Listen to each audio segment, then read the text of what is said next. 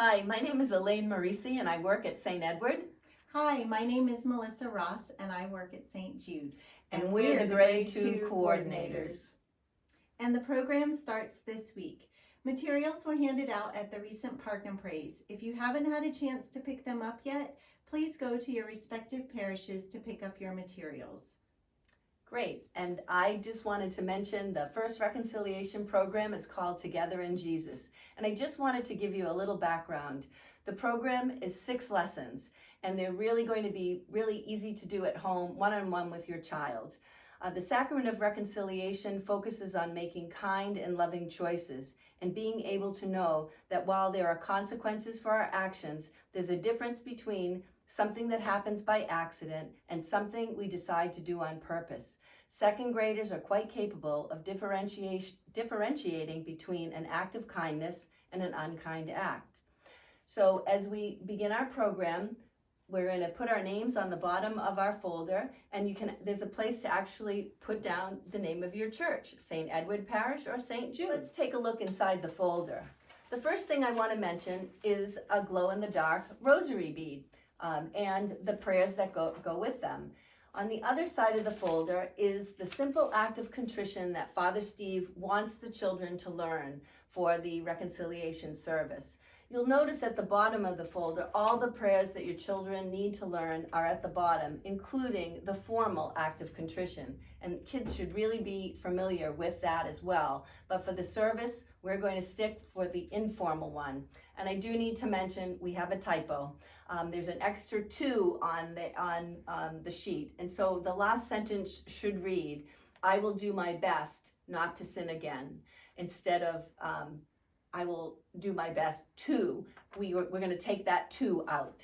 So sorry for that, and thank you for updating your prayer in your packet. The next thing I wanted to mention is a yellow sheet. Each parent should have gotten a yellow sheet that gives you an overview of the program and a schedule for each week, each of the 6 weeks. We will also be doing a virtual church visit, and that'll come later in the program. And we're hoping to do our reconciliation services before Thanksgiving. So I'd like to just point out a couple of things for parents. The first is our questions parents ask. This is really one of the most important things that you should read prior to starting the lessons with your children. It addresses the most common questions parents have and they need answers to in order to help their children prepare for this sacrament. It's a great reference sheet for you to use. The second thing in the folder is the First Reconciliation Family Focus poster. This is great for parents to use. On the left side is a review of each lesson for parents, and then on the other side is for children. It's a short activity that kind of sums up what the lesson was all about. And there's one section that goes with each of the 6 lessons. So when your child finishes all 6 lessons and all 6 activities, they can sign the poster. One parent or guardian can sign the poster, and this is what Melissa and I will collect prior to the reconciliation services. So Melissa, let's show families how we can get started. Great, Elaine. Well, first of all, it's time to find a quiet space in your home for a prayer space. And we've made a beautiful one here, and we've started with a cloth and books, rosary beads. We have a little prayer cube to practice all the prayers. We have a candle, and if you have a little LED light, that would be perfect for this situation. You definitely want your Bible, and then we have a crucifix. And you can also find things from outside. Let your children go pick the items up outside on a walk and then bring them back and place them in the special prayer space. Yeah, I love the idea of the seasonal. Like if you collected seashells at the beach this summer, they can come into your prayer space. The foliage provides us with wonderful colors for the fall.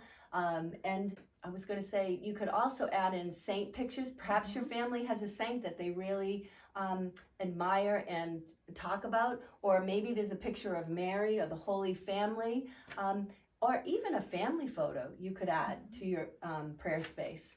would be another nice idea. So now you have your prayer space all set up in your home, a nice cozy little spot for your family. And we also have a leader guide or a teaching guide for parents to use at home. And Melissa and I sent that to you in an email last week, I believe. And so it's a digital guide. And the great thing about the digital guide is that you can read it anywhere on your smartphone, tablet, wherever you are. You can read the lesson before you start with your children.